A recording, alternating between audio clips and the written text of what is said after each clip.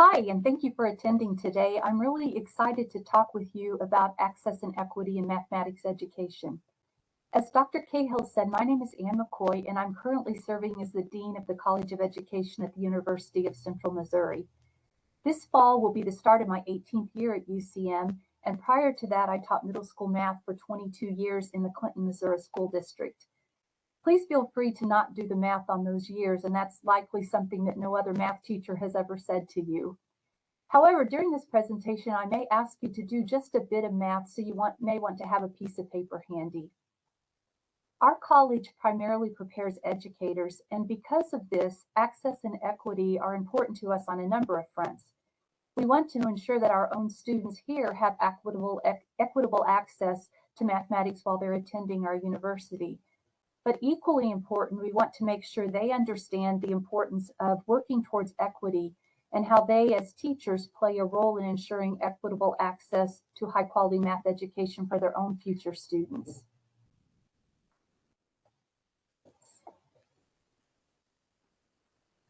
There we go, sorry about that. Today, I'd like to share a bit with you about how the mathematics education community thinks about access and equity now, and also provide a historical perspective. We'll examine some productive and unproductive beliefs about access and equity, and then look at some teaching practices that support access and equity. While content certainly varies widely from kindergarten through university math classes, many beliefs and practices are consistent across all levels. And I'll be sure to leave some time at the end for some questions. The National Council of Teachers of Mathematics is an organization for teachers of math at all levels. In 2014, the group issued a position statement on access and equity in math. The statement highlights that the creation of an effective math program requires that we consider and are responsive to the backgrounds, experiences, culture, traditions, and knowledge of students. NCTM's statement continues by highlighting the need for us to be really honest about factors that have contributed to different outcomes for different groups of students, and then to address those factors. We must work to ensure that all students have the opportunity to experience quality mathematics teaching, access to challenging content, and access to any support that they need. NCTM's position statement concludes with two essential aspects for quality math programs. First, all students should attain proficiency in mathematics. And second, the numbers of students from all racial, ethnic, linguistic, gender, and socioeconomic groups who achieve to a high level should increase. The recently released results from the National Assessment of Educational Progress that was administered in 2022 provides some convincing support for a strong consideration of access and equity. Not surprisingly, and largely due to the pandemic, scores in 2022 were down from the last administration in 2019 prior to the pandemic. In addition, score gaps between some groups have increased. At the fourth grade level, the gap between male and female students widened, as did the gap between white and black students and white and Hispanic students. At the eighth grade level, the gap between male and females increased. The gap between white and black students and white and Hispanic students did not change, but the consistent gaps of 32 and 24 points respectively are troubling. So obviously we have lots of work to do, and that work involves many stakeholders. NCTM specifies 3 requirements that are the responsibility of all of those involved in mathematics education at every level. First, all students should be able to access quality curriculum taught by effective teachers who know and understand the need to differentiate their instruction to meet the varying needs of their students. Second, differentiation is possible when student progress is closely monitored and accommodations are made as needed. And then finally, differentiation means that extra support in the form of remediation or extensions are provided as appropriate. Questions about access and equity are certainly not new in mathematics education. In fact, questions about who should learn math and what math they should learn have been part of the history of math education. One of my favorite graduate classes was about the history of math education, and it was wonderful because it provided such a big picture of our history and how that history has led to where we are now. Unfortunately, mathematics has often been viewed as a gatekeeper that determined a person's ability to move forward in education and in their chosen career paths. The view of mathematics as a gatekeeper has resulted in limited access to the quality content and instruction that are so vital for equity.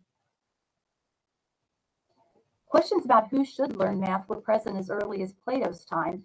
Plato acknowledged that arithmetic was of value for everyone, but the true study of mathematics should be limited and reserved for those who were serving important functions in the city. During colonial times in the United States, education was focused primarily on literacy, with the study of the classics included for the elite. Some arithmetic was taught, and the focus was on the skill needed for business. Benjamin Franklin's belief in practical education led to more teaching of arithmetic, and eventually proficiency in arithmetic became a requirement for entrance into college. In 1821, the first edition of Warren Colburn's book, First Lessons in Arithmetic, was published. This book encouraged a discovery method of teaching that was counter to other methods in use at the time. The book included practical problems using manipulatives and encouraged a belief that an understanding of the operations should come before the more abstract procedures were introduced. While Colburn's book sold well, the actual methods utilized in the book were not always followed. The Common School movement of the mid-1800s resulted in an increase in the number of students who learned arithmetic. Some privileged males also had the opportunity to learn algebra and geometry.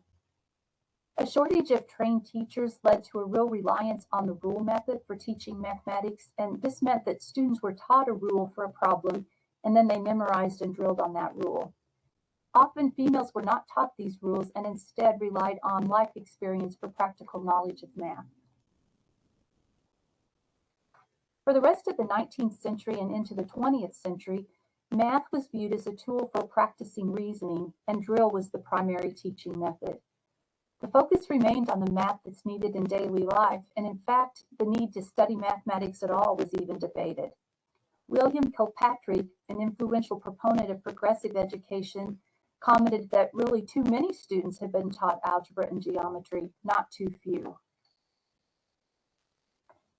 Throughout the 1930s, a belief that school curriculum should be determined by the needs and interests of children was present, and at the elementary level, because curriculum was integrated, math was not even taught as a separate subject. In the 1940s, concern was raised about the lack of mathematics proficiency of Army recruits, and this caused the military to have to provide additional training for the recruits. It was commonly assumed that at least 60% of high school students were not capable of obtaining a college education or working in skilled occupations, so schools should simply prepare them for life as unskilled or semi-skilled laborers. New math began in the 1950s, and the curriculum developed as a result of this movement emphasized understanding procedures. The 1957 launch of Sputnik raised great alarm that the United States was falling behind in math and science. This fear resulted in more math being taught to more students. As an example, calculus was introduced at the high school level during this time. In the 1970s, the pendulum swung again. New math with its focus on understanding ended, and a back to the basics movement began.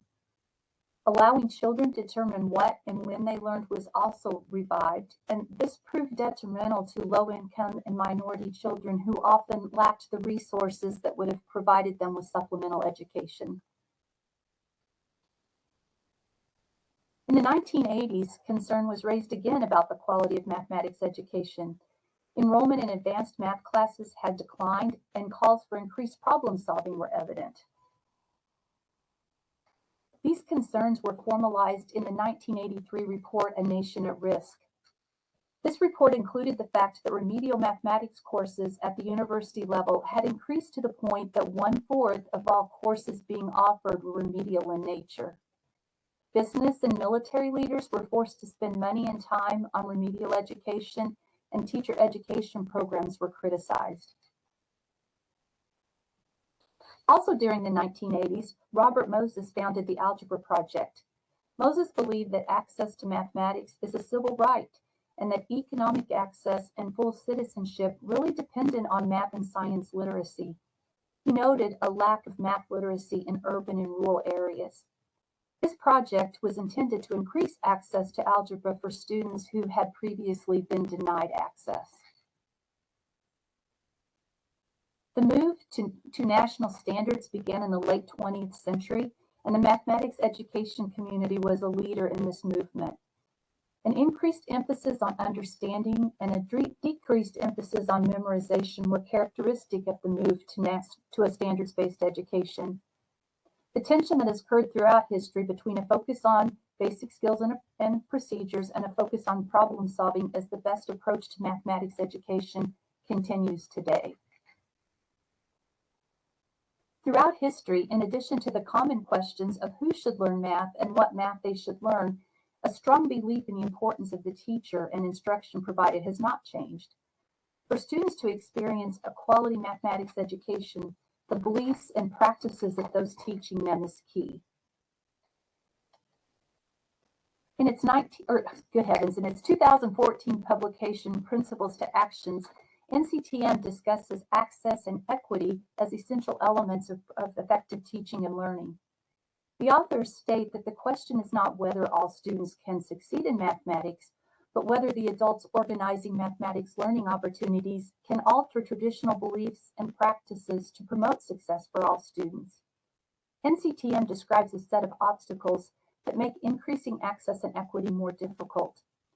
These obstacles are seldom erected purposefully to limit the achievement and participation of groups, but instead they emerge from beliefs that must be acknowledged and discussed honestly. These beliefs are described as being productive if they promote access and equity, or unproductive when they do not. We're going to consider 3 of these beliefs and whether or not they're productive or unproductive. On the next 3 slides, you'll see a belief, and I'll ask you to submit an answer of productive or unproductive. You'll see a QR code to use to join the poll, so if you can, grab your phone.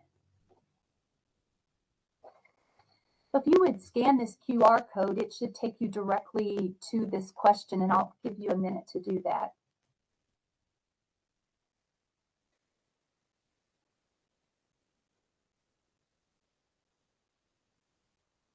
So the first belief that we're going to look at is equity means that all students need to receive the same learning opportunities so that they can achieve the same academic outcomes. So if you think for a minute about that and then enter if you believe that's unproductive or productive.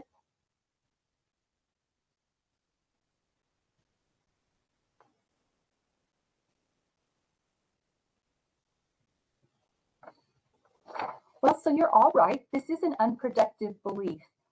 Instead, as NCTM states, equity is attained when students receive differentiated supports, including time, instruction, curricular materials, and programs that are necessary to ensure that they're all successful. Intervention programs that address learning difficulties as quickly as they occur can promote equity. Interventions may occur during the regular math instructional time or at another time during the day when students that have learning gaps can receive specific and targeted support. At UCM and many other universities, when students enroll in a general education math class, they have the option of also enrolling in a co-requisite class that's designed to provide additional support and fill in those gaps that the students may have in their understanding. The co-requisite class meets at a different time than the general education class, so the students have additional time to learn the concepts. Instructional support personnel may be used to promote equitable access as well. Math resource teachers, intervention specialists, or gifted specialists are examples of this type of support. Regardless of the support that's provided, NCTM states that persistent and unacceptable gaps narrow and eventually disappear when all students have access to high-quality mathematics taught by effective teachers. So here's the next belief, and you shouldn't have to scan the QR code. This should have advanced you on to this next question. Students possess different innate levels of ability in mathematics, and these cannot be changed by instruction. Certain groups of individuals have it while others do not. So go ahead and enter if you believe that's productive or unproductive.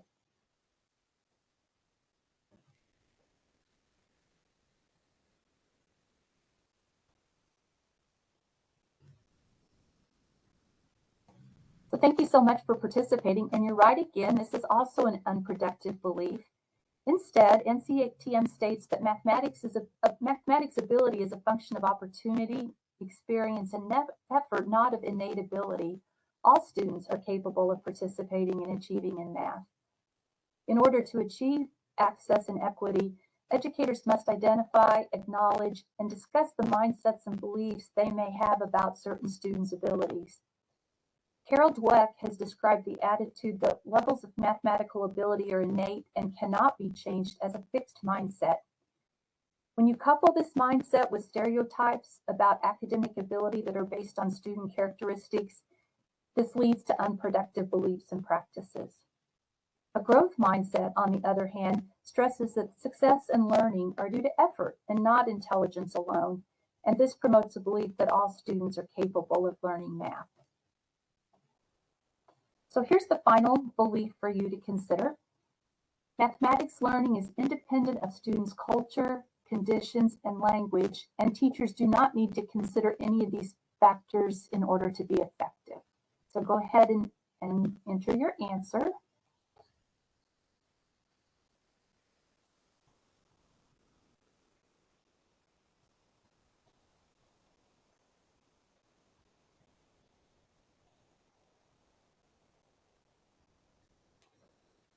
And again, you're correct, this belief is unproductive. In fact, effective teaching leverages students' culture, conditions, and language to support learning. As we look at some effective teaching practices, you'll see the productive version of this belief within those practices. So in addition to beliefs impacting access and equity, so do the practices that are used by teachers in their classrooms.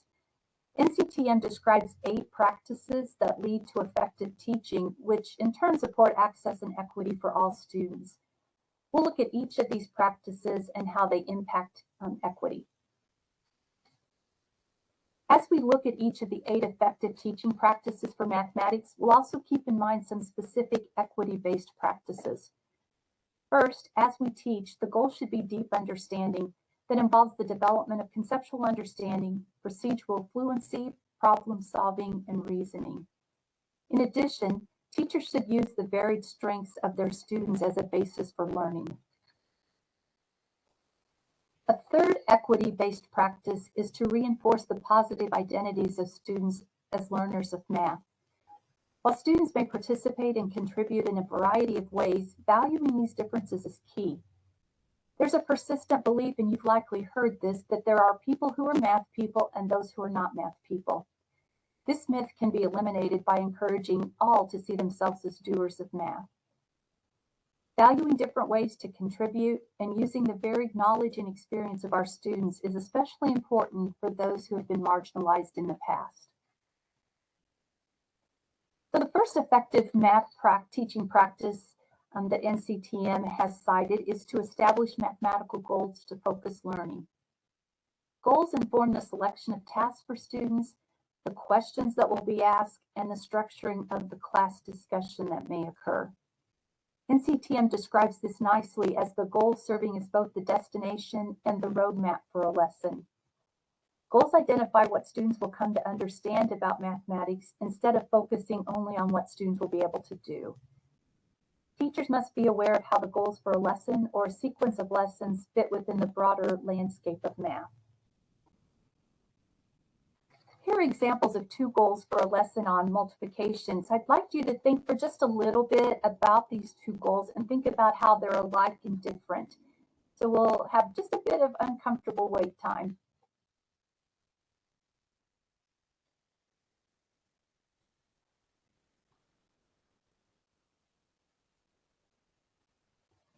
So hopefully that's enough time for you to have thought about these goals. So these goals are alike in that they are both focused on multiplication. Goal 1 focuses on what students should be able to do. It's a performance goal, a statement that describes what we want students to say or write or show or demonstrate as a result of a lesson.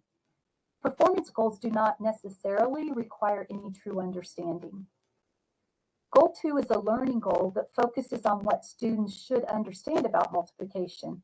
The goal clarifies some key understandings and includes the underlying mathematical idea that will generalize beyond the problems that are just being used that particular day. Strong learning goals are situated within a learning progression and are connected to bigger ideas. This will enable the teacher to see how what the students are currently learning builds on their prior knowledge and then connects to math concepts that will be studied in the future.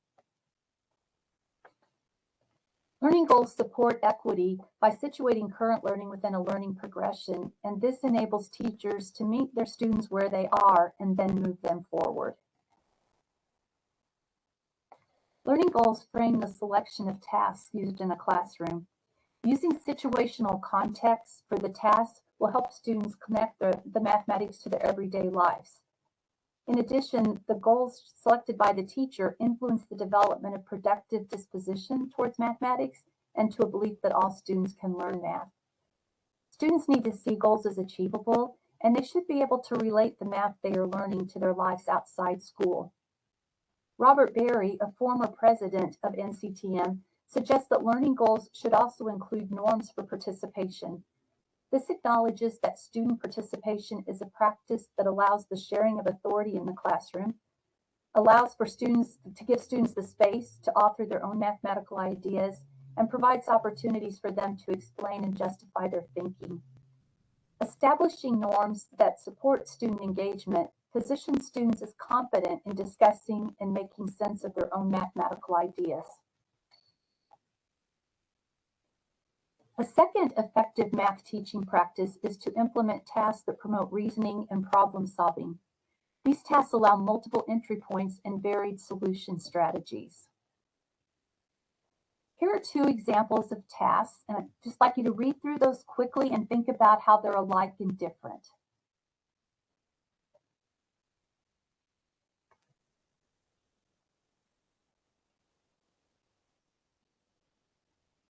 Again, hopefully I've left enough time for you to do that. So these two tasks are like in that they both involve solving a multiplication equation. The goal of the multiples of 10 task is to find the correct product for each equation. It's implied that the student knows a procedure for solving the equations. However, if they don't know a procedure and have limited understanding of math, then they likely have no entry point into the task. Tasks like this have the purpose of practicing a procedure. However, they do not require students to engage in thinking, reasoning, and problem solving. This type of task should come after understanding is developed. The band concert task requires students to find a strategy and then to justify why their approach makes sense because there's no solution strategy stated or implied in the task. Varied solution methods are possible, and this allows all students entry into the problem at their own level of understanding. I'd like to think just a little bit more about this band concert task and just give you a few seconds to think about how a child might solve this problem and the varied ways that a child might solve it.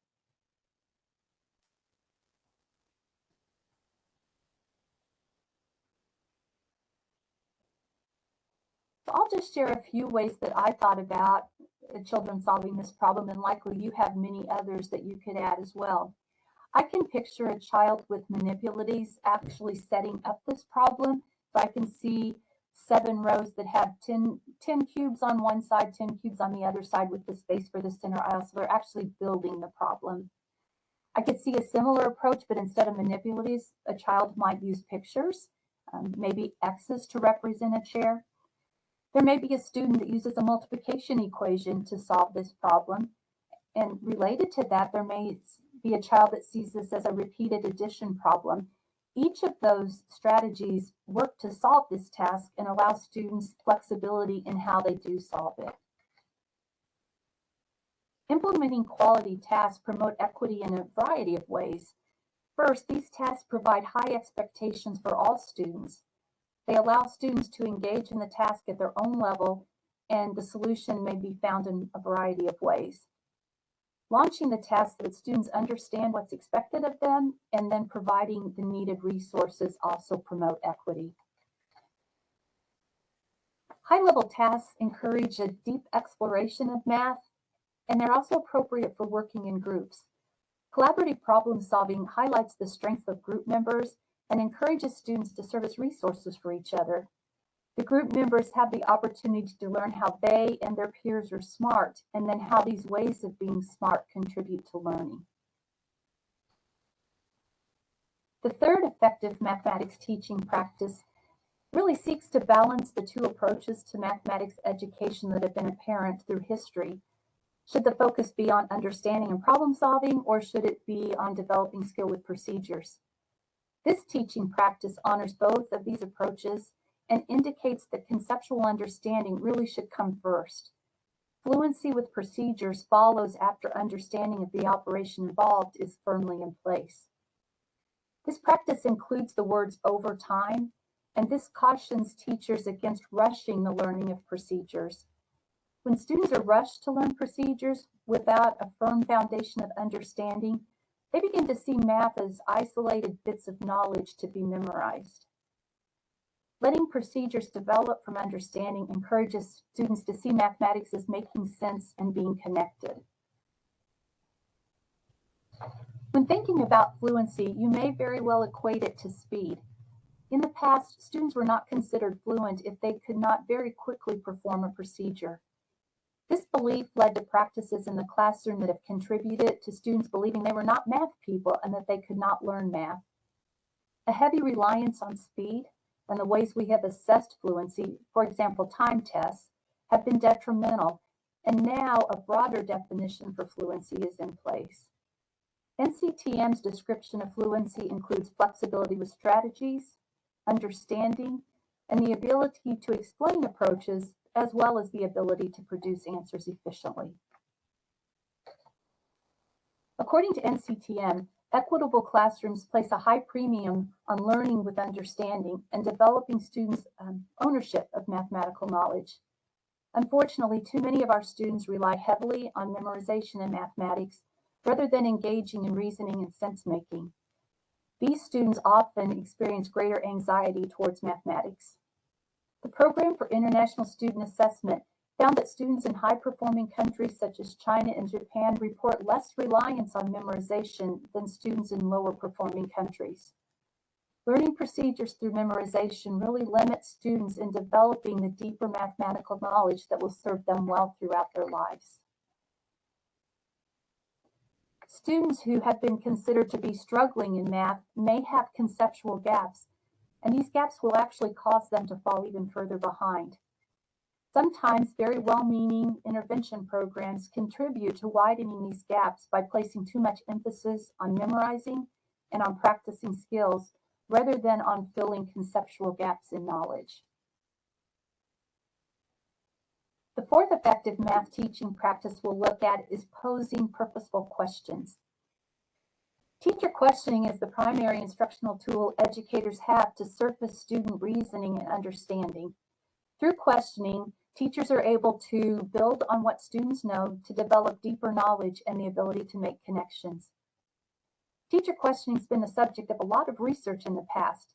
The types of questions asked, as well as the classroom culture of asking questions, are two areas that have been studied extensively.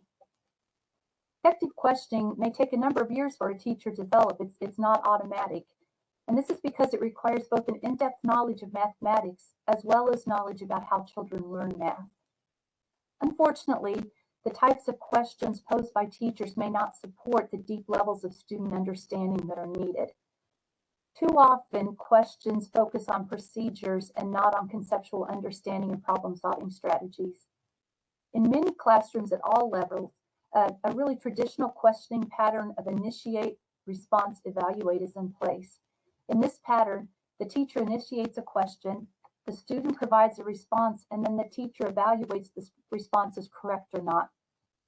This questioning pattern doesn't leave any room for students to express ideas or to explain their thinking, because the questions tend to be limited to merely gathering information. As I mentioned, effective questioning is certainly vital, but it may take a time for a teacher to develop that practice.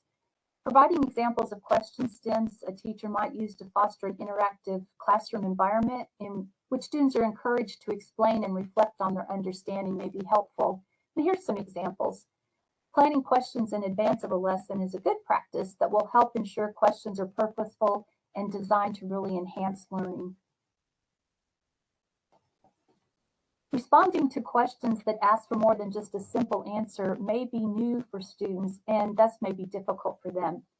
Helping them know how to respond in a manner that contributes to a positive learning environment in which the thinking of students is valued is important. So providing them with stems like these to use to plan their responses may prove beneficial. Purposeful questions can be thought of as fitting into one of two categories. The first type of questions are assessing questions, and these are used to reveal students' knowledge. They allow the teacher to determine what the student knows and understands about key mathematical ideas, problem-solving strategies, or representations. They either probe thinking or gather information. Questions that build on students' current knowledge and move them on beyond where they currently are toward the targeted goal of the lesson are advancing questions. They either make mathematics visible or cause the students to reflect on and justify their thinking. And again, planning these questions ahead of time is a beneficial practice for teachers. Equitable teaching in mathematics requires the intentional use of teacher questioning to ensure that every student not only progresses in learning, but also develops a strong mathematical identity. Teacher questioning and positioning of students influences how students view themselves as members of the mathematics learning community in the classroom. Teachers should themselves consider some questions as they plan for questioning in their own classrooms. Are all students' ideas and questions heard, valued, and pursued in the classroom? Who does the teacher call on to answer questions? What mathematical ideas does the class examine and discuss? Whose thinking does the teacher select for further inquiry? And whose thinking does the teacher disregard during small group and whole class discussions? Teachers make lots of decisions in their classrooms every day, and some of the most important are deciding what questions they will ask and who will they ask. It's especially important to pay attention to students from marginalized groups to ensure that these students see themselves as individuals capable of learning and using math. Representations play an important part in deepening student understanding and learning of mathematics, as well as providing them with multiple entry points and access and equity to the study of mathematics. Using and connecting mathematical representations is another of the 8 effective mathematics teaching practices described by NCTM. The National Research Council comments that mathematics actually requires representations because of the abstract nature of mathematics. People only have access to mathematical ideas through representations of those ideas. Here are the 5 probably most commonly referenced categories of representations that we use in math. So let's suppose that the given problem is 5 plus 3 and students are asked to find the sum. A visual representation could be a picture that was used to find the sum. A student might draw a group of 5 objects and then a second group of 3 objects and use those to help them find the sum. The symbolic representation could be the equation written with numbers and operation signs. A physical representation could involve the use of manipulatives in finding the sum. So a student might count out 5 cubes and then 3 cubes and combine them to find the sum. A contextual representation could involve writing a story problem that the expression 5 plus 3 could represent. For example, Anne ate 5 cookies in the morning and 3 cookies in the afternoon. How many did she eat altogether? A verbal representation could include the student explaining in words how the problem was solved. So I'd just like you to take a few seconds and think about this task. Find the product of 4 and 7 and what various representations you might be able to use to help you solve that problem.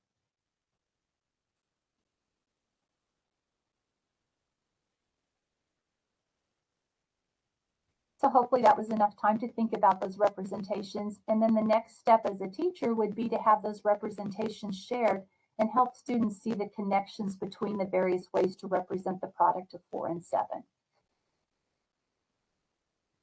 Equitable teaching of mathematics includes a focus on the use of and then connecting between multiple representations.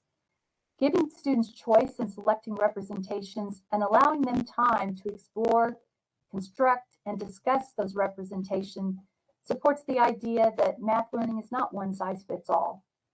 In equitable classrooms, teachers regularly recognize and then tap into students' knowledge and experiences, mathematical, cultural, linguistic, peer, family, and community as resources for mathematics teaching and learning.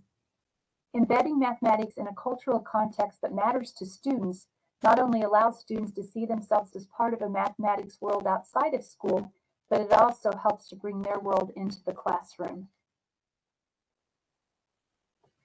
Facilitating meaningful mathematical discourse is the next effective teaching practice to examine. Instruction focused on discourse engages students as active participants in making sense of mathematical ideas and reasoning about mathematical representations. NCTM describes discourse as the purposeful exchange of ideas through classroom discussion, as well as through other forms of verbal, visual, and written communication. Mathematical discourse is the means by which students express their ideas about mathematical topics and clarify their understanding. When teachers and students engage in mathematical discourse, teachers can gain insight into students' thinking and provide them with opportunities to clarify, refine, and deepen their understanding. In such a classroom, the traditional role of the teacher changes and consideration is given to who asks the questions and who provides the explanations. In a discourse-rich classroom, those tasks move from the teacher to be shared with the students.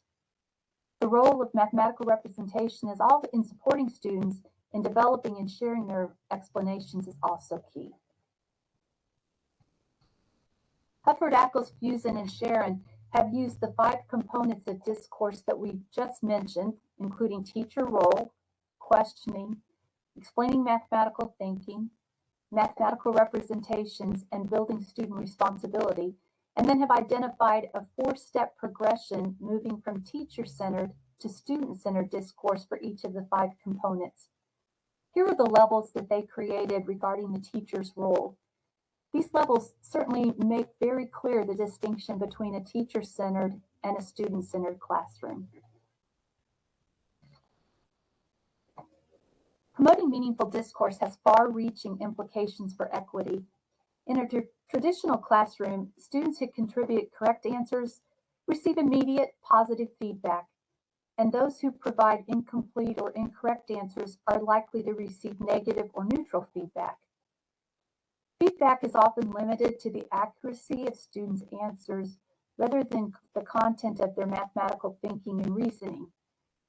In discourse-rich classrooms, students have the opportunity to share their thinking, and they have the opportunities to hear feedback, critique the reasoning of others, and evaluate their own thinking. These classrooms provide greater access for all students, including those who might need a little bit more time or who have not yet fully developed their thoughts. Intentional and meaningful discourse honors all the voices in the classroom. Interactions in a discourse-rich classroom help students see themselves as people who know, do, and make sense of mathematics.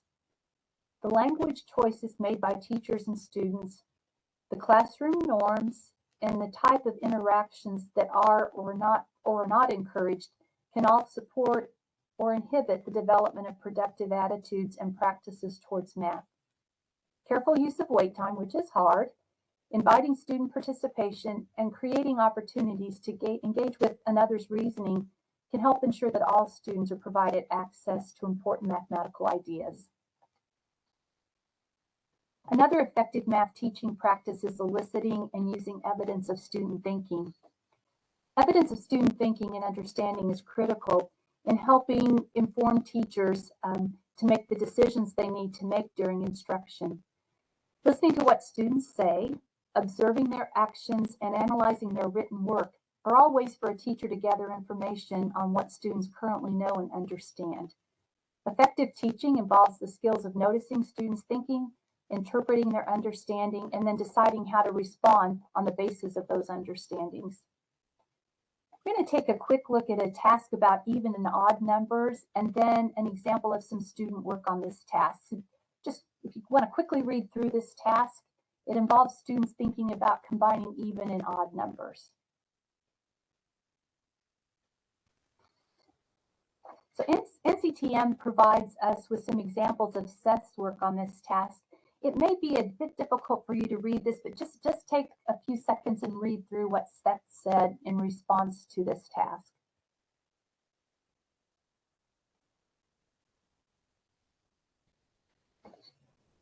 So this task provides a really good example of the need to not accept a simple answer, but to use student work to really determine what the student has learned and understands. Seth provides 3 correct answers here, but when you look at his explanations, some concerns emerge. You may have noticed that his justifications seem to rely on what he knows about the evenness and oddness of the numbers from 0 to 9. He provides us with several examples of the addition of 2 even numbers, but his explanation is that the sum is even because a number ends in 0, instead of thinking about the underlying structure of even and odd numbers. He also does not seem to notice that 20 plus 30 and 20 plus 50 are examples of adding even numbers. He seems to think that 30 and 50 are odd because the first digit is odd. However, he apparently believes 10 is even though the first digit is odd. His explanations are usually based on a specific case. So even his explanation of 20 plus 15, in which he talks about 20 as having a partner and 15 as having one left over, so getting into that idea of the structure of the number, it's still based on one specific example. Seth's work provides pretty strong evidence that he holds some incorrect or incomplete ideas about odd and even numbers and their underlying structure. These would not have been evident if only a simple answer was accepted. The selection of the work to be discussed sends a message to students about the solution paths that are valid and valued in the classroom. This in turn shapes students' identities as knowers and doers of math. Teachers can use the everyday work of listening to student ideas and probing their thinking to highlight important mathematical ideas. In addition, soliciting the thinking of students allows teachers to learn the ways in which students are drawing on multiple sources of knowledge, and that's a feature of equity-based classrooms. The final effective math teaching practice is supporting productive struggle in learning math. Learning with understanding requires time to engage with and reflect on mathematical experiences and to see how new insights and information fit in with already existing ideas. As students work on tasks and problem situations, they engage in productive struggle when they initially see no obvious or clear solution path. Supporting productive struggle can be really difficult for teachers because we generally don't like to see students struggle, but it's through the struggle that learning really occurs. Worshire identified 4 different typical responses that students make to student struggles, and they're listed here from least likely to most likely to support student learning. In a telling response, the teacher responds by suggesting an approach, correcting an error, or supplying some information. In directed guidance, the teacher redirects student thinking by breaking the problem into smaller parts or steps, perhaps directing the next step or even altering the task. For probing guidance, the teacher delves into the student thinking, asks for explanations, prompts self-reflection, and surfaces errors and misconceptions. In the final type, affordance, the teacher asks about student thinking, encourages continued effort, and then provides time for the student to continue thinking. Worshire also provides some strategies that teachers may use to support productive struggle. First, they may ask questions that help students focus on the source of their struggle. Next, they may provide encouragement that causes students to reflect on the strategies that they've used so far and then what others might be helpful. They may give adequate time that allows students to work individually and in small groups without the teacher intervening too much. And then finally, teachers may acknowledge student contributions and show that they value the missteps as well as accurate suggestions as an important and natural part of learning. How students handle mistakes in the mathematics classroom also influence students' belief about the nature of learning and whether or not it's okay to struggle. Often mistakes are viewed negatively and are seen as something to be avoided, even though they are a regular and everyday occurrence in a math classroom.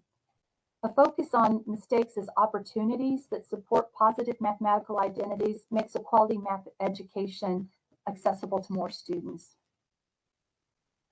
The idea of mathematical identity is so important in ensuring access and equity. Identity is a construct of I am, and unless students view themselves as mathematics learners, achieving equity will be impossible. Allen and Shell suggested these 4 strategies for teachers to utilize to support the development of positive identity. Knowing and believing in all your students, redefining mathematical success to mean more than just quick answers, prioritizing student voice and the voices of all students, and purposefully monitoring identity formation will result in more positive mathematical ideas and support equity. Today, we've looked at access and equity from a mathematics education perspective. We've considered some teaching practices that support equitable access to mathematics education. The effective teaching practices we looked at are all connected to equity, and when implemented, will result in positive outcomes for all students. Really, the first step towards ensuring access and equity is to enhance what happens in the classroom. Teachers from the elementary grades through professors teaching graduate classes are the key to achieving positive outcomes for all students. Thank you so much for your time today. And I'd be happy to answer any questions that you may have. Please go ahead and put some questions in the chat, and I will share those with our speaker.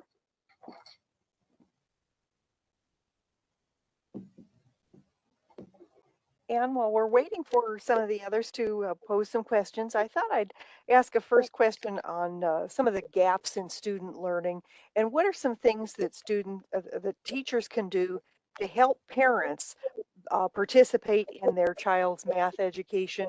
And as homework goes home and the parent is frustrated by this, what can teachers do to help educate those parents and bring those parents into a strong equity position in math ed? That's a great question, because the way that we teach mathematics now is certainly different than many of us experienced as learners. So really, strong and frequent communication with parents is important. I've been in several situations where the teachers or the schools have hosted back to school nights where they bring the parents in and show the parents how the mathematics is being taught, and then engage the parents and the students together while they're there at that math evening in learning math together. Sending resources home, newsletters that encourage parents in how they may support their students are certainly helpful.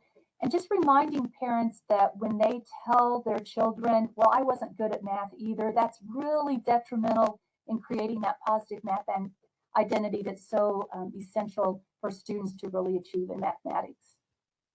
Well, that's terrific. Those are some great ideas. Another question that I have is that I've often heard of math described as a language. Is this concept helpful for student understanding on a conceptual development level? And if so, how does that sort of play out? I certainly think thinking about mathematics as a language is a great way to think about it. Languages have symbols and they have meaning behind those symbols.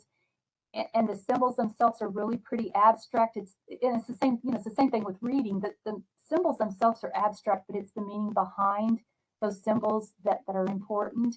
So, I think sharing with students that this is a language, this is a way to represent your thinking and help others understand what you're thinking is important. And it's a really great, nice way to think about mathematics. Oh, very good. Another scenario that sort of comes to mind when we're thinking about teaching math is, I'm thinking back to my undergraduate days when I had a calculus class and I was one of 600 students at the back of a massive auditorium, and a guy down there working the chalkboard, and occasionally he'd turn around and say something to some of us. But how can teachers deal with those very challenging and difficult environments and yet still put some of these practices into play in an environment where you've got so many students that it's hard to engage individually? Well, a calculus classroom with 600 students is certainly not ideal. Um, I personally, as a teacher, think that the very key to learning is to develop positive relationships with your students. And if the relationship between the teacher and the student is strong, then the learning will occur more easily. So no matter what situation a teacher finds themselves in, I think really understanding and prioritizing developing relationships with students is key. And that's true whether you're teaching math or science or whatever. But a real focus on learning about your students, their backgrounds, their experiences, their needs, their goals, that's a key to helping students progress. And I know with 600 students, that would be difficult. Yep, some environments are particularly challenging no matter what. Can you also share with us any kind of statistical information on remedial education currently? I know you had talked about some historical data, but I wondered if you had anything more current in terms of how many college students in today's world, post-COVID, are finding themselves needing remedial activity going forward. So I don't have any firm statistics, but I so anecdotally and just not surprisingly, because of learning gaps that did occur because of COVID, I mean, it's really difficult to teach mathematics virtually, and many of our elementary, middle schools, and high schools had to do that. So consequently, when they come to the university, there are some gaps that they have. We've also noticed had some issues with perseverance. Our students have been more fragile over the past few years than they've been before. So I think just the important thing is to realize that this has occurred and work to meet the students where they are, and not to be horribly troubled by the fact that these gaps exist, because there's reasons why they exist, and then just to make sure that we're providing what those students need to overcome those gaps. So again, one of the practices we actually had in place here before the pandemic was to have those co-requisite classes to provide some additional support for students. Things like that certainly will help us to overcome the gaps that did result from the pandemic.